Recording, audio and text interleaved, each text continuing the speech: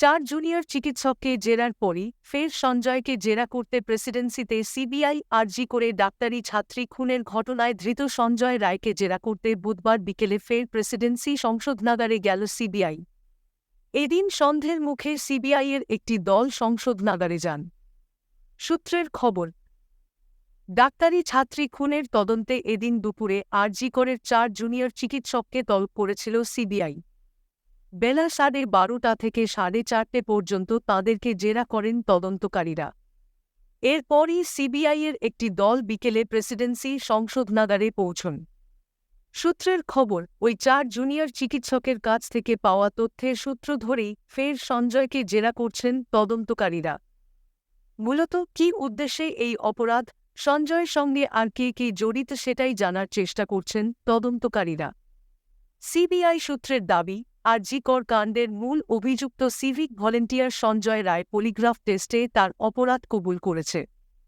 ঘটনার রাতে সে ঠিক কী করেছিল, কোথায় কোথায় গেছিল, সেই তথ্য এই পরীক্ষায় উঠে এসেছে।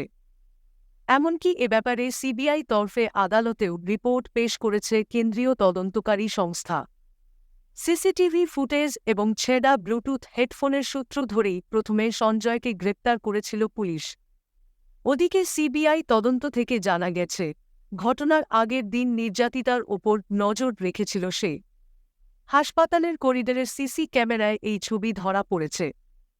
যে সিসিটিভি ফুটেজের কথা বলা হচ্ছে তাতে নাকি দেখা গেছে, ঘটনার আগের দিন অর্থাৎ 8 তারিখ সঞ্জয় রায় চেস্ট মেডিসিন ওয়ার্ডে নির্যাতিতার ওপর নজর রাখছিল। ওই দিন বেলা 1টার সময় চেস্ট মেডিসিন ওয়ার্ডে ছিল সঞ্জয়। সেই সময় সেখানে নির্যাতিতা ছাড়াও আরও 4 জন জুনিয়র ডাক্তার ছিলেন। সিসি ক্যামেরায় দেখা গেছে, সঞ্জয় তাঁদের দিকে হাঁ করে তাকিয়েছিল। তার পরের দিনই ভোর রাতে ওই নৃশংস ঘটনা ঘটায় সঞ্জয়। ইতিমধ্যে সোশ্যাল মাধ্যমে ভাইরাল হয়েছে আরজি করের সেই রাতের সেমিনার হলের দিকে যাওয়ার একটি ভিডিও। তাতে সঞ্জয় রায়কেই দেখা গেছে বলে দাবি। ভাইরাল ভিডিওয় দেখা যাচ্ছে গলায় হেডফোন, হাতে হেলমেট নিয়ে আরজি করের করিডোর ধরে হেঁটে যাচ্ছে সঞ্জয়। ওই করিডোরের শেষ প্রান্তেই রয়েছে সেমিনার হল।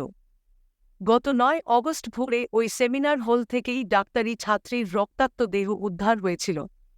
যদিও ভিডিও সত্যতা যাচাই করেনি দ্য ওয়াল।